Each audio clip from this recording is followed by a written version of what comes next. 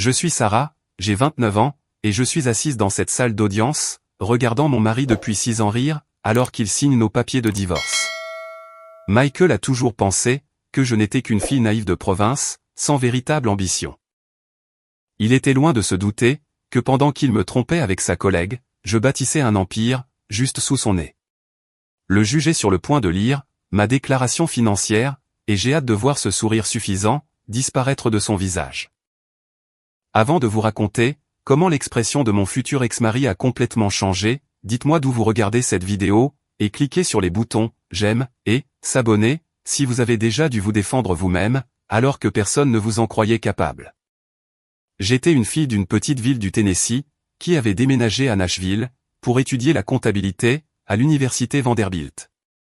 J'avais de grands rêves, de travailler dans la finance d'entreprise, malgré mes origines modestes. Mes parents m'avaient toujours appris la valeur du travail acharné et de l'épargne, des leçons qui s'avéreraient inestimables, des années plus tard. J'ai rencontré Michael dans un café, près du campus universitaire. J'y étais pour étudier, en vue d'un examen d'analyse financière, lorsqu'il s'est approché de ma table. Il était étudiant en 3e année de droit, issu d'une famille traditionnelle d'avocats de Nashville, et il irradiait ce genre de confiance, qui ne vient que lorsqu'on n'a jamais eu à se soucier de l'argent, un seul jour de sa vie. Tu as du potentiel. Tu as juste besoin des bons conseils, furent ses premiers mots à mon égard, en regardant mon manuel de comptabilité, étalé sur la table. À l'époque, j'ai pensé que c'était un compliment. Maintenant, je réalise que c'était à la fois une insulte, et un aperçu de toute notre relation.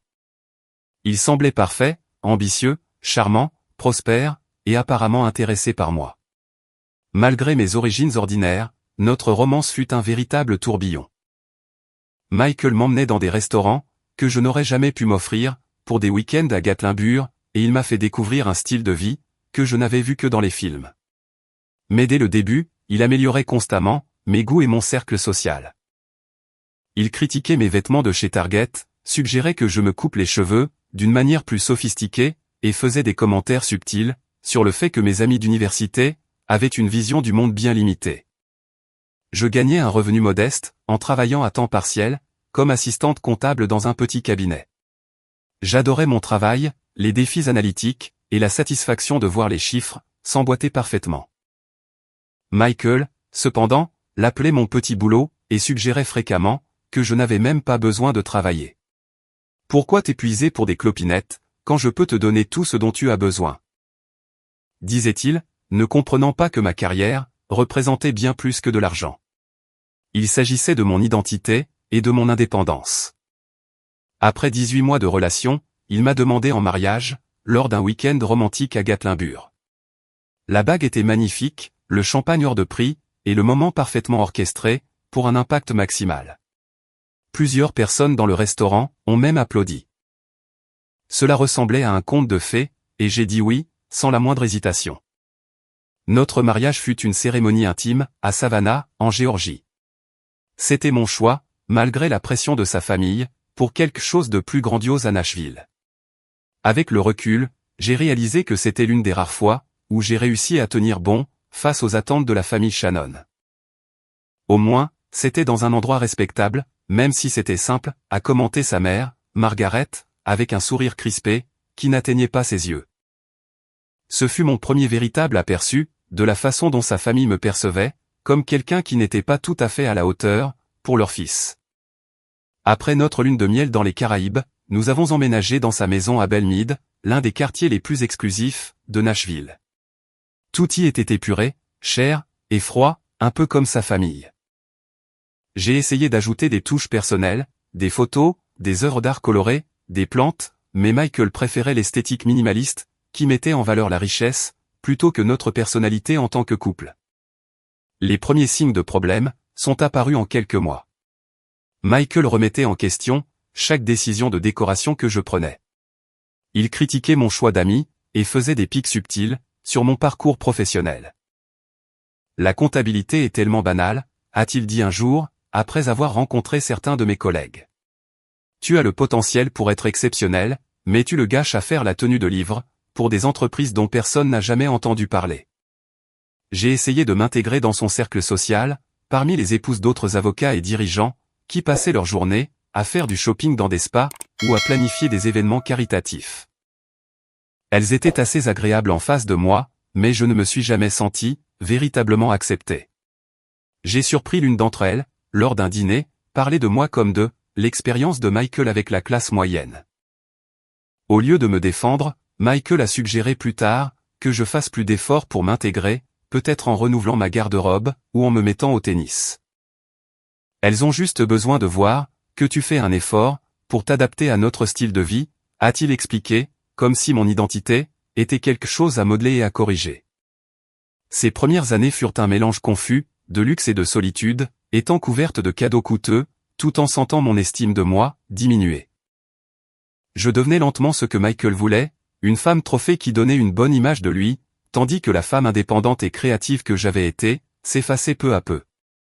Après 2 ans de mariage, les tensions qui couvaient sous la surface ont commencé à déborder. Michael avait toujours été pointilleux concernant nos finances, mais son comportement est devenu de plus en plus contrôlant. Malgré nos comptes joints, il remettait en question chaque achat que je faisais, tout en dépensant sans compter pour lui-même, sans aucune discussion. Avais-tu vraiment besoin d'un autre lot de livres de développement professionnel, demandait-il, en examinant le relevé de carte de crédit. Ces 150 € qui auraient pu être investis. Pendant ce temps, cela ne lui posait aucun problème de dépenser des milliers d'euros pour une nouvelle adhésion au golf ou des montres de luxe. Progressivement, je me suis retrouvé isolé de mes amis et de ma famille. Les visites chez mes parents, dans ma petite ville du Tennessee, sont devenues moins fréquentes, car Michael avait toujours une excuse. Un événement professionnel, un dîner avec des clients, ou simplement le fait que le Tennessee rural est trop provincial à son goût. Mes amis d'université ont arrêté d'appeler, après que Michael a clairement fait comprendre qu'il n'était pas assez sophistiqué pour sa maison. Ton amie Jessica a demandé si notre vin venait de Californie, a-t-il ricané, après un dîner que j'avais organisé. Comme si nous allions servir du vin national à des invités. C'est embarrassant, Sarah. Ma carrière, qui avait autrefois été une source de fierté, est devenue un champ de bataille constant. Quand on m'a offert une promotion, au poste de comptable principal, Michael ne m'a pas soutenu.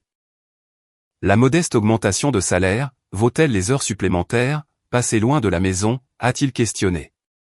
Nous prévoyons de fonder une famille bientôt, tu te souviens. C'était une nouvelle pour moi.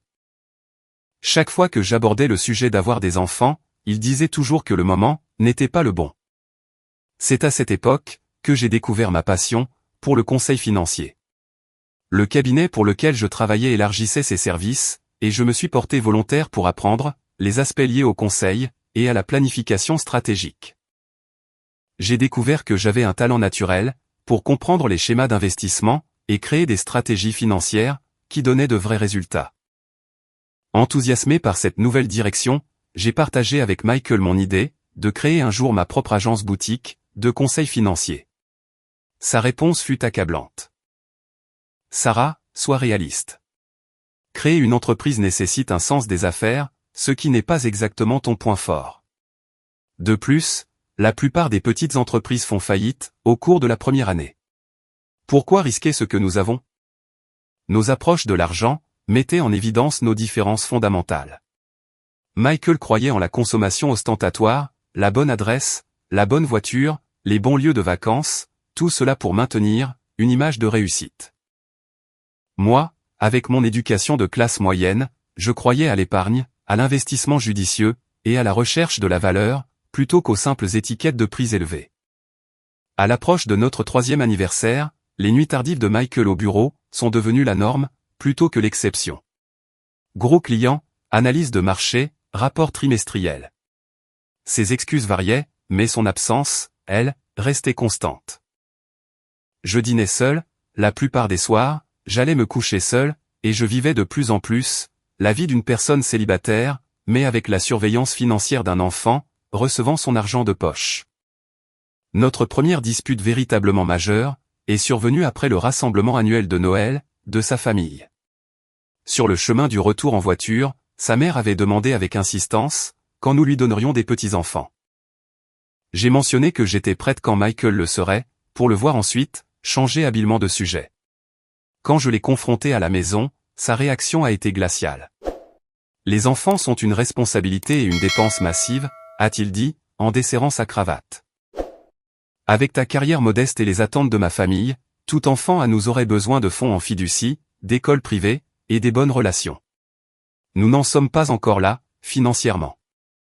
Pas encore là, ai-je interrogé, sincèrement confuse. Michael, tu gagnes un salaire à 6 chiffres. Ta famille possède une richesse générationnelle. Que attendons-nous? Sa réponse fut révélatrice.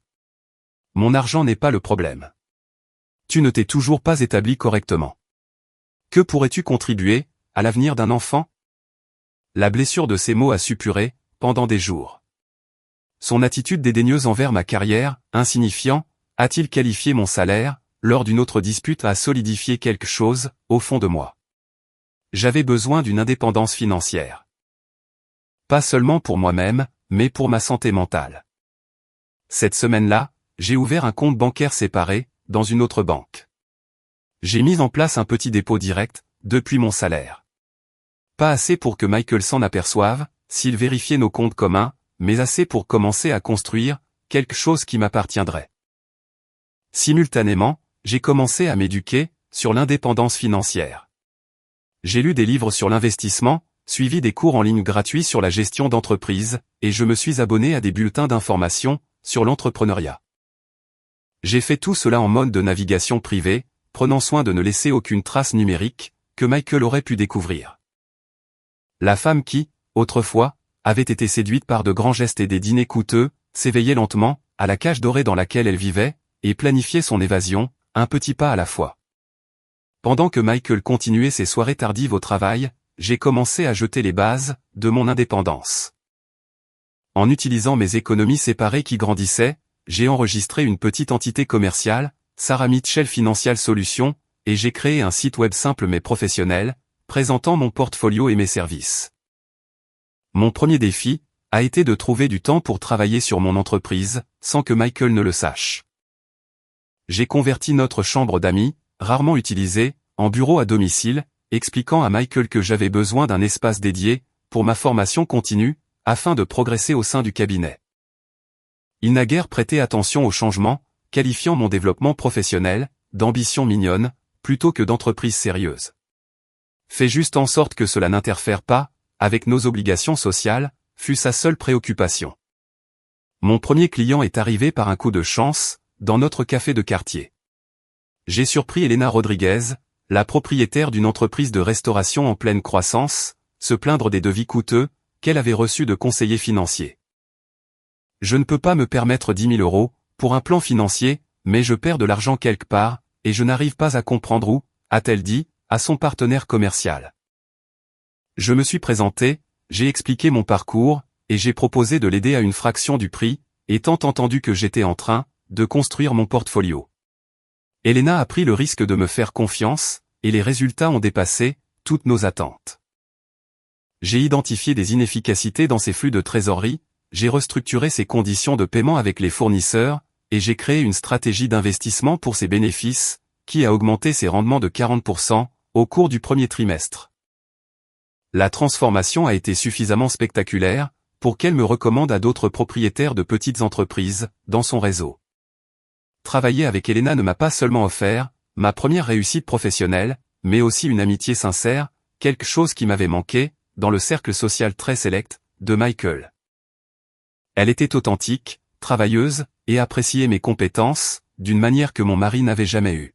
« Tu as un don, Sarah » m'a-t-elle dit, autour d'un café, un jour. « Tu comprends l'argent d'une façon qui aide de vraies personnes à construire une vraie richesse.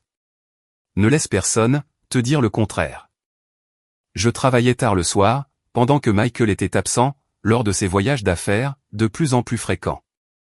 J'ai converti notre dressing en un bureau de fortune pour les appels clients, utilisant des couvertures pour étouffer le son. Chaque nouveau client était à la fois exaltant et terrifiant. Exaltant parce que mon entreprise grandissait, terrifiant parce qu'une découverte signifierait une confrontation. La courbe d'apprentissage a été rude. J'ai fait des erreurs, sous-facturant des projets complexes, et faisant parfois des promesses excessives sur les délais. Mais j'ai appris rapidement. Chaque client m'a appris quelque chose de nouveau, sur la gestion d'une entreprise, sur l'établissement de limites, et sur la valorisation de ma propre expertise. J'ai utilisé mes économies pour investir, dans des logiciels essentiels et des certifications, dissimulant soigneusement les frais, parmi les dépenses du ménage, ou en faisant des achats en espèces. Ma liste de clients a augmenté régulièrement, au cours d'une année, principalement grâce aux recommandations, et aux bouche à oreille. Plutôt que de dépenser les bénéfices, j'en ai réinvesti la majeure partie dans l'entreprise, et j'ai commencé à mettre de côté, une portion pour des investissements stratégiques. Michael restait inconscient de tout cela, attribuant ma confiance croissante, au fait que je m'adaptais enfin à notre style de vie, plutôt qu'à un épanouissement professionnel.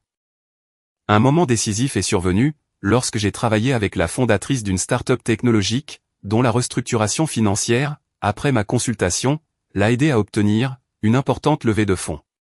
L'histoire de ce succès a été présentée dans un magazine d'affaires de Nashville. J'ai dû refuser d'être mentionné par mon nom, invoquant des raisons de confidentialité, mais cette crédibilité m'a donné accès à des clients plus importants. Grâce à Elena, j'ai rencontré Patricia Chen, une entrepreneuse en série, qui avait vendu sa précédente entreprise, pour un montant à 8 chiffres, et qui lançait une start-up fintech. M'engageant initialement pour un petit projet, Patricia est rapidement devenue, à la fois une cliente précieuse, et un mentor. Tu factures trop peu pour ton expertise, m'a-t-elle dit crûment, après avoir examiné ma grille tarifaire. Triple tes prix, et regarde comment, ta valeur perçue change. Elle avait raison. Quand j'ai augmenté mes tarifs, au lieu de perdre des clients, j'ai attiré des entreprises plus établies, prêtes à payer pour de la qualité. Patricia m'a également introduite au monde de l'investissement providentiel et de la gestion de portefeuilles stratégiques. L'argent comptant perd de la valeur en restant immobile, a-t-elle expliqué.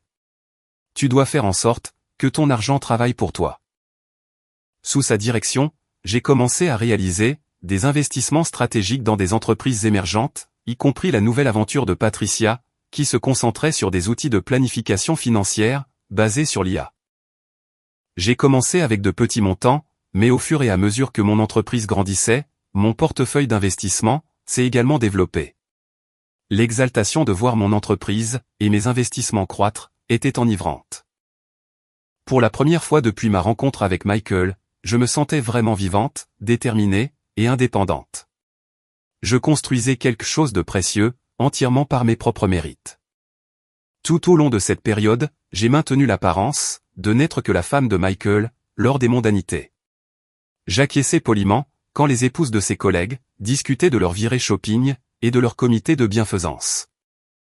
J'assistais à ces dîners d'affaires, et jouais parfaitement le rôle de l'épouse solidaire, tout en gérant une entreprise en pleine croissance, depuis notre maison, et en prenant des décisions d'investissement, qui allaient changer le cours de ma vie. Ma double vie était épuisante, mais gratifiante. Chaque nouveau client, chaque consultation réussie, chaque retour sur investissement, était un pas vers la liberté, que je réalisais de plus en plus vouloir, et dont j'avais besoin, pour échapper à mon mariage sous emprise. Après 4 ans de mariage, la façade a commencé à s'effondrer. Cela a commencé par un message texte, apparu sur le téléphone de Michael, pendant qu'il était sous la douche.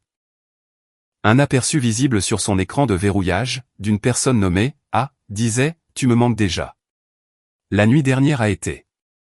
Le message a disparu avant que je puisse en lire plus, mais il a planté une graine de suspicion, que je ne pouvais ignorer. Michael avait été plus distant que d'habitude, rentrant souvent à la maison avec l'odeur d'un parfum inhabituel, qu'il prétendait provenir d'étreintes avec des collègues, lors d'événements de réseautage. Plutôt que de le confronter immédiatement, j'ai décidé de mener mon enquête. J'ai noté ses habitudes. Les réunions tardives du jeudi, qui duraient toujours jusqu'à plus de 21 heures. Les conférences du week-end, dont je ne pouvais jamais trouver les sites web. L'augmentation soudaine des dîners clients, dans un restaurant chic spécifique, au centre-ville. Le jeudi suivant, j'ai dit à Michael que j'allais rendre visite à Elena, pour l'aider lors d'un événement d'entreprise spécial, dans sa société de restauration. À la place, j'ai garé ma voiture, près du restaurant qu'il fréquentait, et j'ai attendu. À 20h30, sa BMW est entrée dans le parking. 10 minutes plus tard, une Mercedes rouge est arrivée, et une femme blonde en est descendue. Même de loin, j'ai reconnu Amanda Walsh, sa collègue du cabinet d'avocats. Je les ai regardés s'enlacer, d'une manière que des collègues ne feraient jamais. Je l'ai vu l'embrasser sur le parking, avant qu'ils n'entrent ensemble, dans le restaurant. Mes mains tremblaient pendant que je prenais des photos, avec mon téléphone, mon estomac noué par un vide de trahison, et par cette confirmation. Je leur ai laissé 30 minutes, avant d'entrer dans le restaurant. Ils étaient à une table dans un coin, sa main sur la sienne, se penchant de manière intime. Je me suis approché en silence, mon cœur battant si fort, que j'étais sûr que tout le monde pouvait l'entendre. Ça explique les réunions tardives, ai-je dit, d'une voix étonnamment assurée. Michael a sursauté, son visage passant par le choc, la culpabilité, pour finalement s'arrêter, sur l'agacement d'avoir été pris. Amanda a eu la décence d'avoir l'air embarrassée, rassemblant son sac à main, et marmonnant quelque chose, au sujet d'aller aux toilettes. Sarah, ce n'est pas ce que tu crois, a commencé Michael, utilisant le même ton mielleux, qu'il employait avec les clients difficiles. Vraiment? Parce qu'on dirait bien que tu dînes avec ta petite amie, pendant que ta femme croit que tu es en train de travailler. La conversation qui a suivi fut surréaliste.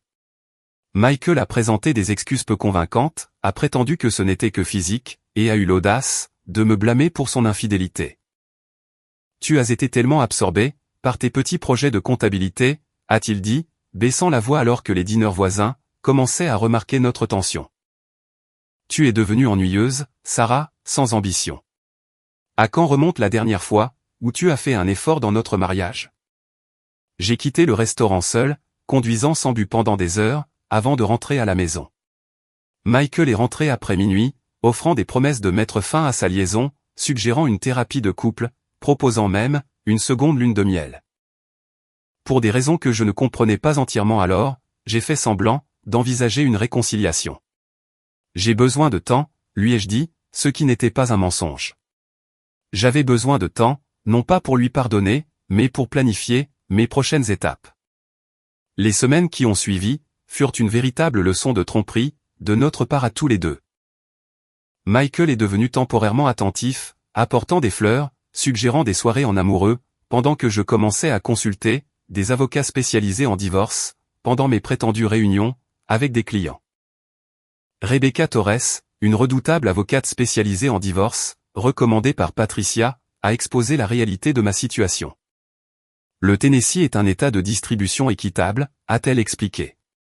Sans contrat de mariage, le tribunal divisera les biens matrimoniaux sur la base de ce qu'il juge juste, et non nécessairement à parts égales.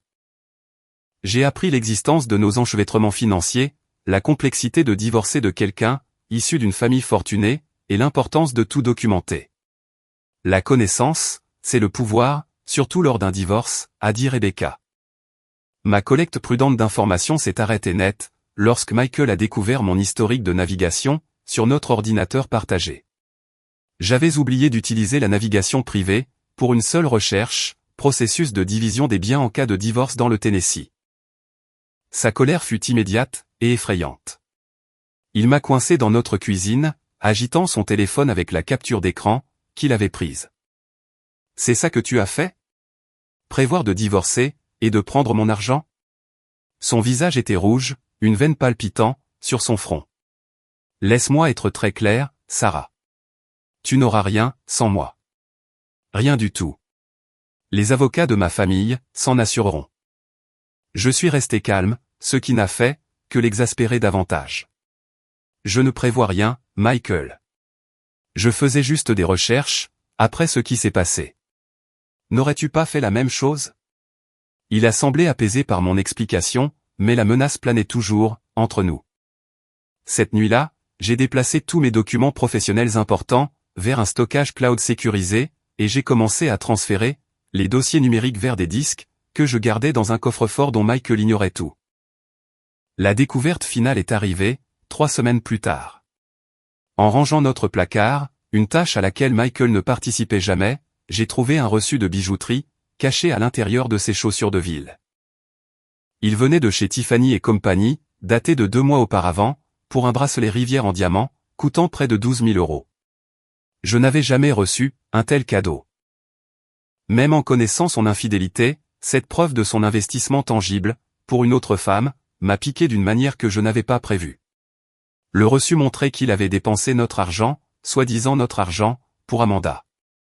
Avant même que je puisse digérer cette nouvelle trahison, j'ai entendu la porte d'entrée s'ouvrir.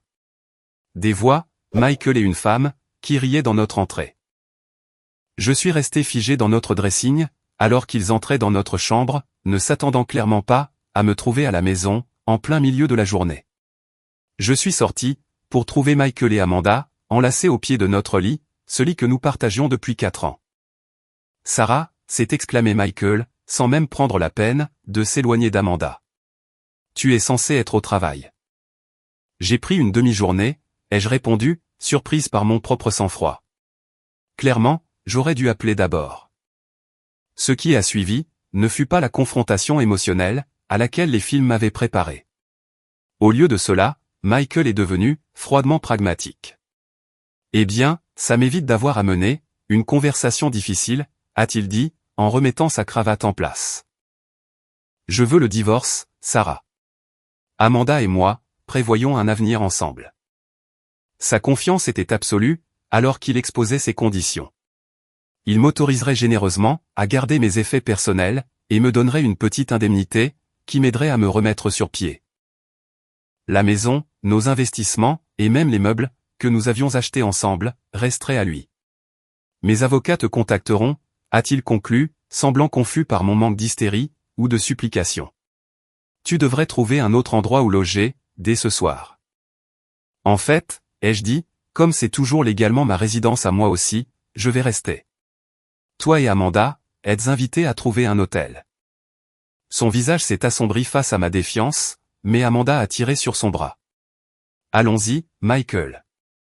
Nous pourrons régler ça, plus tard. Alors qu'il partait, Michael s'est retourné, pour lancer une dernière pique. Tu regretteras de ne pas avoir accepté mon offre généreuse. Quand mes avocats en auront fini, tu auras de la chance de pouvoir te payer un parc à roulotte, dans le pire quartier de Nashville. J'ai fermé la porte derrière eux, je m'y suis adossé, et pour la première fois depuis la découverte de sa liaison, j'ai souri. Michael n'avait aucune idée de ce qui l'attendait. Le lendemain du jour où j'ai surpris Michael et Amanda dans notre chambre, il a déménagé la plupart de ses vêtements et de ses effets personnels hors de la maison. J'ai changé les serrures l'après-midi même, ce qui était légalement discutable, mais cela m'a donné le temps de documenter correctement nos biens avant qu'ils ne puissent retirer quoi que ce soit de valeur. La supposition de Michael, quant à ma naïveté financière, est rapidement devenue évidente dans l'offre de règlement initiale que son avocat a envoyée. Un paiement unique de 50 000 € et 6 mois de frais de subsistance. En échange, je ne ferai aucune réclamation sur aucun de nos autres biens, y compris la maison, que j'avais aidé à meubler et à entretenir pendant 4 ans. Il tâte le terrain, a expliqué Rebecca, quand je lui ai montré l'offre. Il présume que vous ne connaissez pas vos droits, ni la véritable étendue de vos biens matrimoniaux. Sous les conseils de Rebecca, j'ai formellement rejeté l'offre, et j'ai entamé le processus de découverte financière, un mécanisme légal obligeant les deux parties à divulguer tous leurs actifs et passifs. La réponse de Michael a été de demander à son avocat de retarder et d'obscurcir les choses à chaque étape. C'est une tactique courante, m'a assuré Rebecca. Ils espèrent épuiser vos ressources et votre patience jusqu'à ce que vous acceptiez moins que ce que vous méritez. Ce que Michael ne réalisait pas, c'est que je ne dépendais pas de ces divulgations. J'avais suivi nos finances conjointes avec minutie pendant des années, y compris des comptes dont il pensait que j'ignorais l'existence. Plus important encore, j'avais mes propres ressources croissantes, dont il ne savait absolument rien. Après une réflexion attentive et une consultation avec Rebecca, nous avons pris une décision stratégique. Je garderai temporairement sous silence la véritable ampleur de mon entreprise et de mes investissements pendant les phases initiales de la négociation. La loi du Tennessee considérait généralement que les entreprises lancées pendant le mariage étaient des biens matrimoniaux, mais Rebecca a identifié une exception potentielle, basée sur le fait que Michael avait activement découragé mon entreprise et n'avait fourni aucun soutien, financier ou autre, à sa création.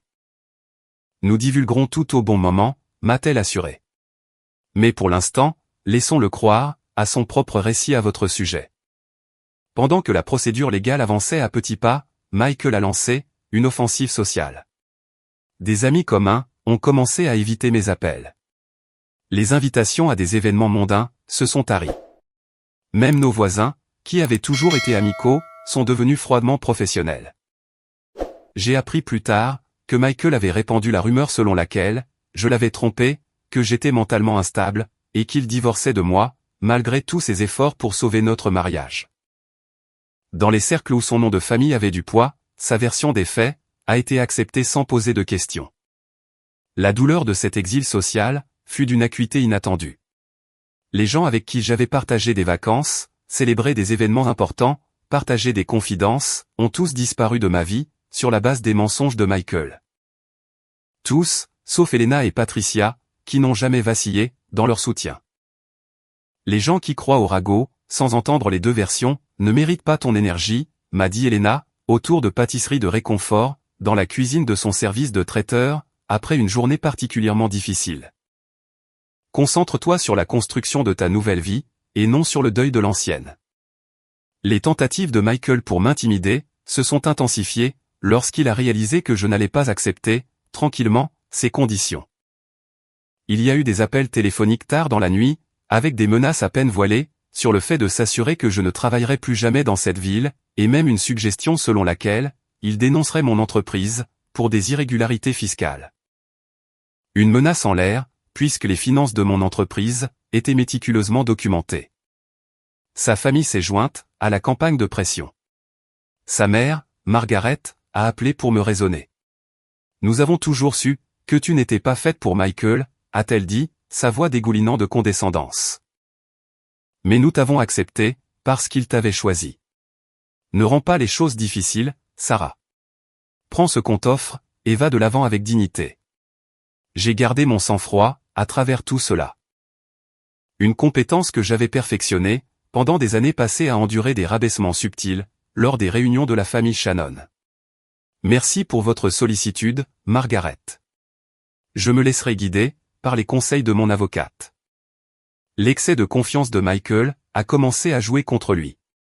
Croyant que je n'avais aucune ressource pour mener une bataille juridique prolongée, il a commis plusieurs erreurs critiques. Il a omis de divulguer des comptes d'investissement pour lesquels j'avais des documents. Il a sous-évalué la valeur de son portefeuille d'actions. Il a affirmé que certains actifs étaient des biens séparés, alors qu'ils avaient clairement été achetés avec des fonds matrimoniaux. Rebecca a documenté chaque anomalie avec minutie, construisant un dossier qui allait finalement saper sa crédibilité auprès du tribunal.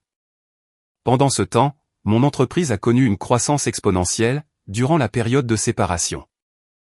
Un plan de restructuration financière que j'avais conçu pour une chaîne de restaurants régionale les a aidés à éviter la faillite et à tripler leurs bénéfices, ce qui m'a valu d'être mentionné dans des publications du secteur. J'ai dû refuser des interviews, invoquant des raisons personnelles, mais cette reconnaissance professionnelle a attiré un flot de nouveaux clients. La percée majeure est survenue lorsque j'ai obtenu un contrat avec une chaîne nationale de vente au détail pour refondre toute leur stratégie financière, un accord à 6 chiffres qui a fait passer mon entreprise du statut de florissante à celui d'exceptionnel. J'ai embauché 4 employés, loué un espace de bureau professionnel dans le centre-ville de Nashville, et j'ai commencé à refuser des clients dont les valeurs ne correspondaient pas à la mission de mon entreprise. Tout cela s'est passé alors que Michael et son équipe juridique continuaient de me dépeindre comme une comptable en difficulté, dépendante du soutien de son mari. Sa perception de moi, comme la jeune fille naïve de province, éblouie par sa richesse, s'était calcifiée au point qu'il ne pouvait concevoir ma réussite indépendamment de lui. Pendant ce temps, Patricia m'a présenté à un groupe d'investisseurs providentiels, cherchant à financer des startups fintech prometteuses. Ma combinaison d'expertise financière pratique et de vision technologique les a suffisamment impressionnés pour qu'ils proposent un financement d'amorçage pour une application révolutionnaire de planification financière que j'avais développée. L'application, qui utilisait l'IA pour fournir des conseils financiers personnalisés aux petites entreprises et aux particuliers, a été lancée en version bêta, avec une réponse extrêmement positive.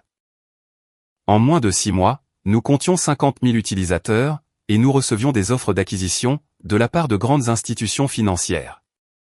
J'ai également réalisé des investissements stratégiques dans plusieurs autres startups, tirant parti de mon réseau et de mon expertise financière pour identifier des entreprises au potentiel de croissance exceptionnel. Mon portefeuille s'est diversifié à travers la technologie, l'immobilier, et les marchés émergents, le tout géré avec soin, pour maximiser les rendements, tout en minimisant les risques. La nuit précédant notre date finale d'audience, je me suis assise seul, dans cette maison qui ne m'avait jamais semblé être la mienne, réfléchissant à mon parcours. 4 ans plus tôt, j'avais été tellement désireuse de plaire à Michael, que j'avais commencé à me perdre, moi-même. Sa trahison, aussi douloureuse fut-elle, m'avait forcé à redécouvrir ma force, mon ambition, et ma valeur. J'ai préparé un petit sac de voyage, quelle que soit la décision du juge, j'avais décidé que je ne passerais pas, une nuit de plus, dans cet espace où mon mariage s'était effondré.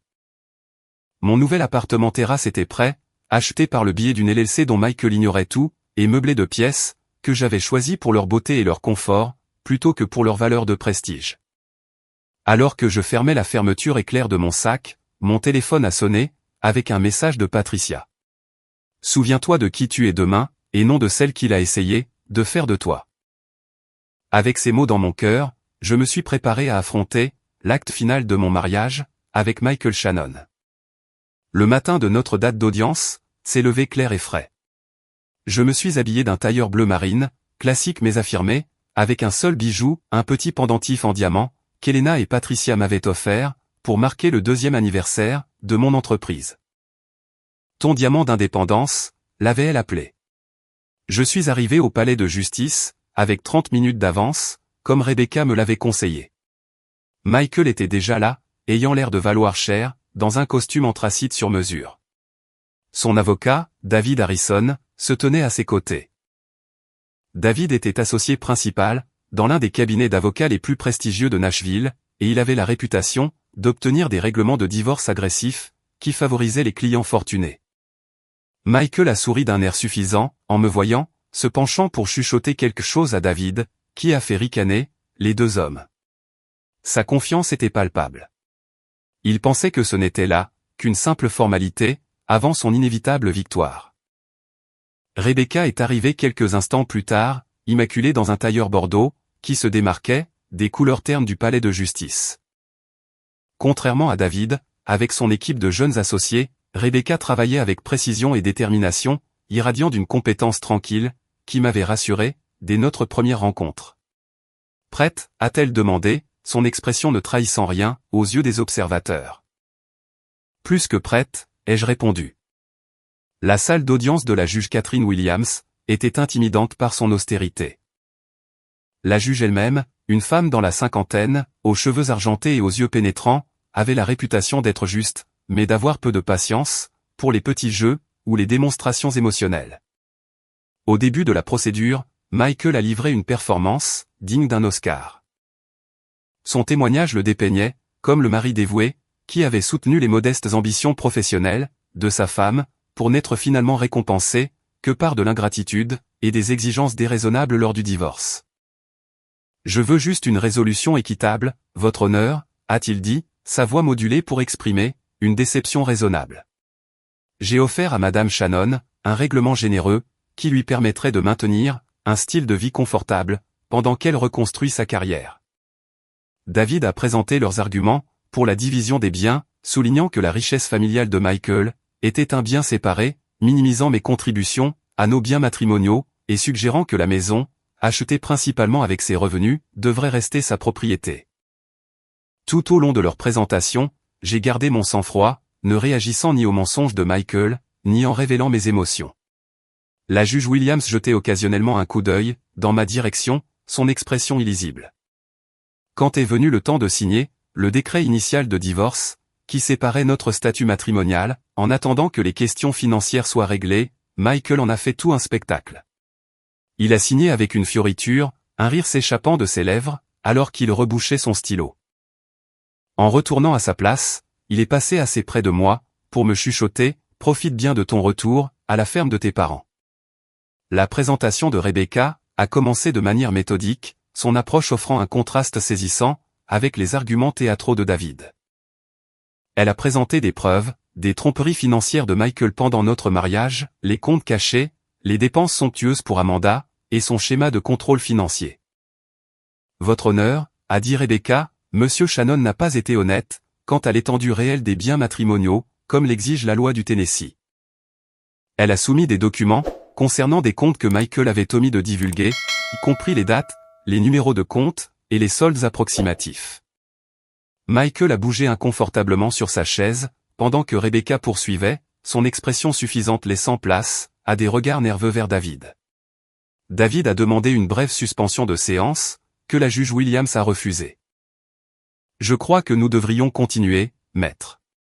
Je suis particulièrement intéressé d'entendre ce qu'il en est de ces actifs non divulgués. L'atmosphère dans la salle d'audience s'est tendue, alors que Rebecca démantelait méthodiquement les tromperies financières de Michael. L'expression de la juge Williams est devenue de plus en plus sévère, à mesure que les preuves s'accumulaient. De plus, votre honneur, a continué Rebecca, nous demandons que le tribunal prenne en considération les biens séparés de Madame Shannon, qui ont été établis pendant le mariage, mais sans aucune contribution, ni soutien de Monsieur Shannon. C'était le moment, pour lequel nous nous étions préparés. La juge Williams a levé les yeux de ses notes. Je vous prie de développer, maître. Madame Shannon a créé une entreprise de conseil financier, pendant le mariage. Monsieur Shannon, non seulement n'a fourni aucun soutien à cette initiative, mais il l'a activement découragée, et a rabaissé ses ambitions professionnelles, comme en témoignent ses communications. Rebecca a présenté des emails et des SMS, où Michael avait qualifié mon entreprise de simple hobby, et avait découragé mes objectifs entrepreneuriaux. La juge Williams a examiné les documents attentivement, avant de s'adresser à moi directement, pour la première fois. Madame Shannon, le tribunal exige une divulgation financière complète, de la part des deux parties. Avez-vous soumis des informations complètes concernant cette entreprise commerciale? Pas encore, votre honneur, ai-je répondu, comme nous l'avions prévu. Ma déclaration financière complète est prête à être soumise aujourd'hui. Rebecca a remis au greffier du tribunal une enveloppe scellée contenant ma déclaration financière complète. Le document que nous avions, stratégiquement, gardé en réserve jusqu'à ce moment précis. Je demande que le tribunal examine la déclaration financière de Madame Shannon avant de prendre toute décision quant à la division des biens, a déclaré Rebecca. La juge Williams a hoché la tête et a ouvert l'enveloppe. La salle d'audience est devenue silencieuse pendant qu'elle lisait, ses sourcils se levant légèrement. C'était la seule indication de surprise de la part de cette juge, par ailleurs si posée. Après ce qui m'a semblé être une éternité, la juge Williams a levé les yeux. Pour le procès-verbal, je vais lire le résumé des actifs de Madame Shannon. Mon cœur battait la chamade, alors qu'elle commençait à lire. Sarah Mitchell Financial Solutions, une société de conseil financier créée il y a 3 ans. L'évaluation actuelle, basée sur les revenus, les contrats et la propriété intellectuelle, est de 200 000 €. La tête de Michael s'est relevée brusquement, son expression d'incrédulité étant presque comique. Portefeuille d'investissement, comprenant des actions technologiques, de l'immobilier et des investissements dans des startups, 11 900 000 €. Michael a agrippé la table, ses jointures devenant blanches. Actifs immobiliers, 2 propriétés achetées au cours des 18 derniers mois, évaluées à 200 000 €.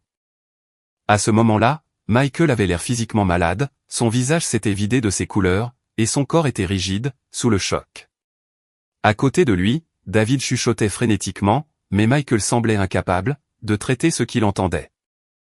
Total des actifs divulgués, 5 200 000 €, a conclu la juge Williams. La salle d'audience est restée silencieuse. Michael m'a regardé, comme s'il voyait une étrangère. À cet instant, je n'ai ressenti aucun triomphe, aucune soif de vengeance, juste un profond soulagement, de voir que la vérité était enfin consignée au dossier. La juge Williams a brisé le silence. Monsieur Shannon, souhaitez-vous réviser l'une de vos précédentes déclarations concernant la dépendance financière de Madame Shannon, à votre égard? Michael semblait incapable de parler.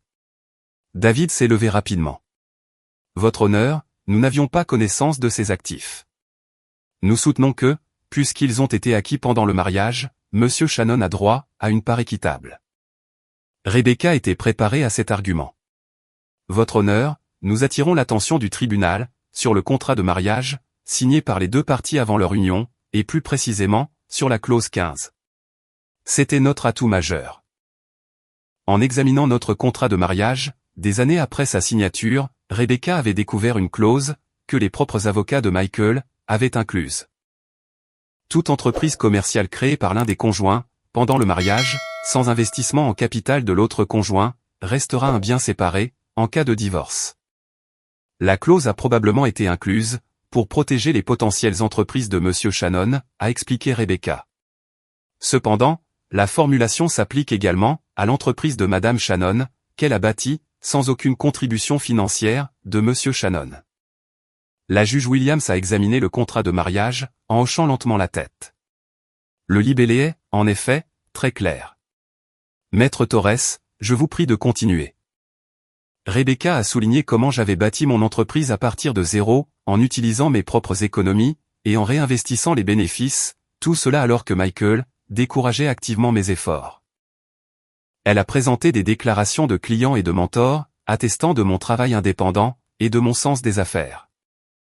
Tout au long de la présentation de Rebecca, j'ai observé Michael, cet homme qui avait ri, en signant nos papiers de divorce quelques heures plus tôt, et qui restait maintenant figé, son attitude confiante ayant volé en éclats.